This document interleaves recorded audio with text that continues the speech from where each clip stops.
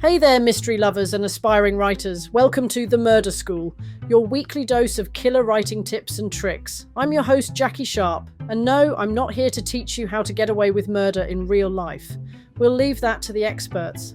Instead, we're diving into the world of crafting captivating murder mysteries that will keep your readers up all night, turning pages and guessing whodunit. Whether you're a seasoned author or just starting out, The Murder School is here to help you sharpen your skills and unlock the secrets to writing a masterful mystery. Each week we'll explore different aspects of the craft, from creating complex characters and clever clues to building suspense and nailing that shocking plot twist. We'll also delve into the nitty-gritty of self-publishing, sharing tips and strategies for getting your murder mystery out into the world and into the hands of eager readers. So grab your notebook, your favourite writing snack, and maybe a magnifying glass for good measure, and join me every Monday for a new lesson at The Murder School.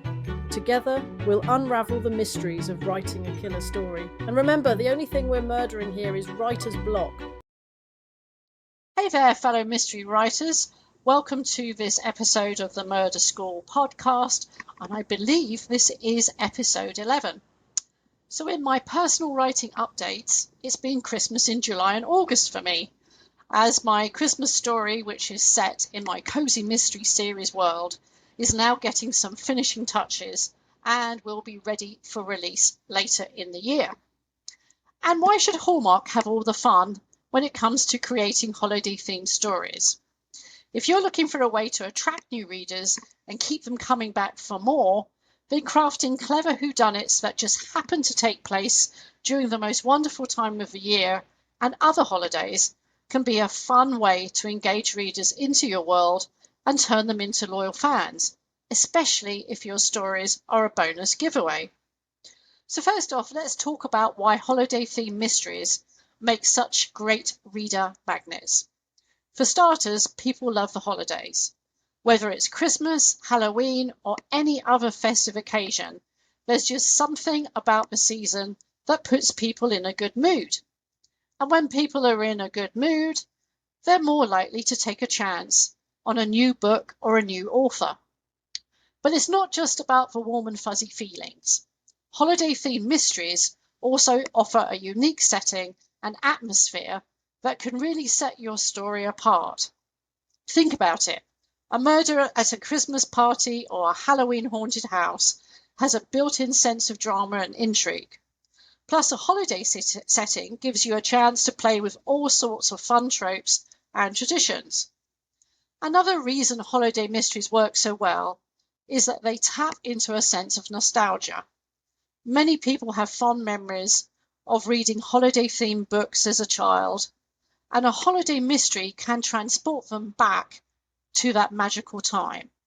It's like comfort food for the brain. Okay, so you're sold on the idea of writing a holiday mystery. But where do you start? Here are a few of my tips to get you going. Choose your holiday wisely. Not all holidays are created equal when it comes to a mystery story. Christmas and Halloween are obvious choices, but don't be afraid to think outside the box. A Valentine's Day murder or a 4th of July crime spree could be just as intriguing. Embrace the cliches, but give them a twist. Part of the fun of holiday mysteries is playing with those familiar tropes and traditions. But don't just rehash the same old stories. Give them a fresh spin or a surprising twist to keep readers on their toes. Use the setting to your advantage. A holiday setting can be a character in its own right. So use the sights and sounds and smells of a season to create a vivid, immersive atmosphere. And don't be afraid to use holiday chaos to your advantage. A crowded shopping mall or a bustling holiday party can be the perfect place to hide a killer. Give your characters some holiday spirit. Just because it's a mystery doesn't mean your characters can't enjoy the holidays.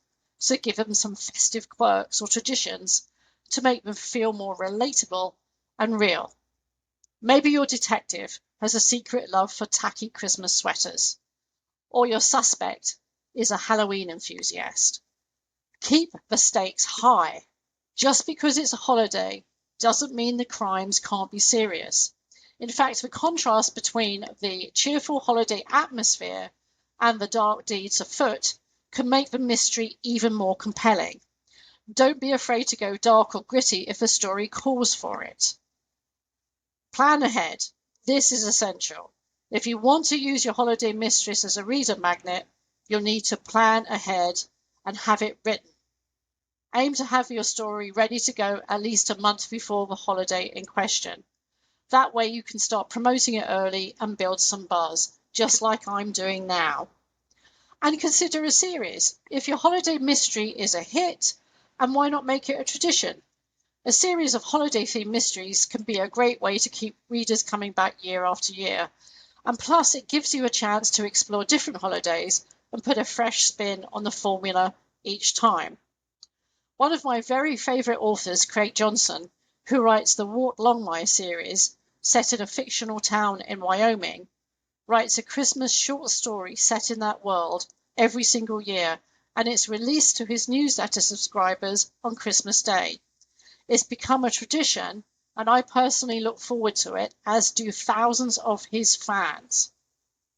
At the end of the day, writing holiday-themed mysteries is all about giving your readers a gift.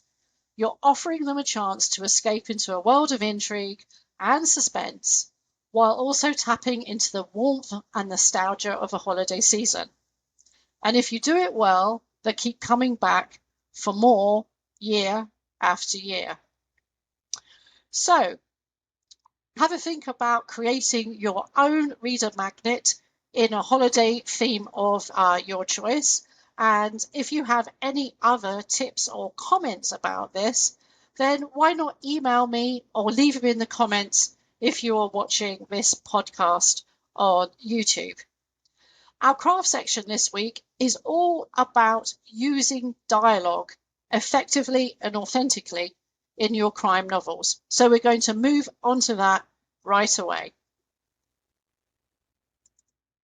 Let's talk about one of the most crucial elements of your craft, dialogue. It's not just about what your characters say, but how they say it. Authentic, engaging conversations can bring your story to life, keep readers hooked, and reveal the depths of your characters' personalities. So here are some tips to help you with crafting believable conversations that keep your story and plotline moving forward. First things first, listen up. Eavesdropping is your secret weapon. Observing real-life conversations can work wonders for your writing. In a coffee shop, or sitting on a park bench, or even a busy street corner, listen to how people talk, their quirks, interruptions, and the way they react to each other. You'll pick up on speech patterns, slang, and the natural ebb and flow of conversations. Jot down interesting phrases or exchanges that catch your ear. They might just inspire your next bit of brilliant dialogue. Your characters are the heart and soul of your story, so their conversations should reflect their unique personalities, backgrounds, and emotions. A tough-as-nails detective will have a different way of speaking than a nervous witness or a smooth-talking criminal. Consider their age, education, profession, and where they're from. A teenager from the Bronx will have a distinct vocabulary compared to a retired professor from Oxford. Infusing these nuances into your dialogue will make your characters feel authentic and relatable, but try not to sink into a cliched way of speaking. And there's more to it than just nailing down individual speech patterns. Dialogue dynamics are all about the interplay between characters. Think about power dynamics, hidden agendas, and unspoken tensions. In a crime novel, these elements are key. For example, consider this. A seasoned detective is interrogating a suspect. The detective's questions are sharp and probing, while the suspect's responses are evasive and defensive. The dialogue crackles with tension, each line revealing a little more about the characters and their motives. It's not just what they're saying, but what they're not saying that keeps readers on the edge of their seats. Here's an example. Detective: where were you on the night of the murder? Suspect: I already told you, I was at home. Detective: alone? No one can confirm that? Suspect: look, I had nothing to do with it. I'm not saying another word without my lawyer. The suspect's curt responses and refusal to cooperate could hint at their potential guilt or involvement. The detective's questions grow more pointed, ratcheting up the tension. It's these subtle shifts in dialogue dynamics that make the scene compelling. Try to introduce some realistic pacing. In real life, conversations are full of interruptions, pauses, and tangents. Don't be afraid to let your characters cut each other off, trail off mid sentence, or go off on a seemingly unrelated tangent. These moments can reveal character quirks, add humour, or provide a breather in a tense scene. Just be sure to use them purposefully and not let them derail the overall flow of the conversation. Avoid info dumping through dialogue. Those clunky exchanges where characters unnaturally spout exposition for the reader's benefit. Trust your readers to pick up on context clues and fill in the gaps. Instead of having a character say, "As you know, Bob, the victim was found stabbed 27 times in his study," try something more organic like, "God, I can't get the image of that poor guy out of my head. Who could do something like that?" Let the conversation flow naturally and sprinkle in necessary information as the characters would realistically discuss it. Lastly, don't neglect the power of subtext. Sometimes the most impactful conversations are the ones where characters dance around what they really want to say. In a crime novel, this can be especially powerful. Imagine a scene where the killer and the detective are having a seemingly innocent chat, but beneath the surface there's a game of cat and mouse going on. The killer drops subtle hints, enjoying the thrill of staying one step ahead while the detective tries to trap them into a confession. It's these layered, double-meaning conversations that keep readers guessing and invested. Here's an example of subtext in action. Detective: "Beautiful day, isn't it? Perfect weather for a stroll in the park." Killer: "Indeed. It's a shame some people can't appreciate life's simple pleasures anymore." Detective: "Oh? And why's that?" Killer: "Well, detective, sometimes people get so caught up in their own problems, they forget to stop and smell the roses. Pity, really." On the surface, it's a casual exchange about the weather and appreciating life, but the killer's words carry a sinister undertone, hinting at their lack of remorse and twisted worldview. The detective, of course, picks up on this and uses it to steer the conversation toward a potential confession. In conclusion, crafting authentic dialogue in your crime novel is all about capturing the nuances of real-life conversations while keeping readers engaged. Observe how people talk, give your characters distinct voices, and don't be afraid to let conversations ebb and flow naturally.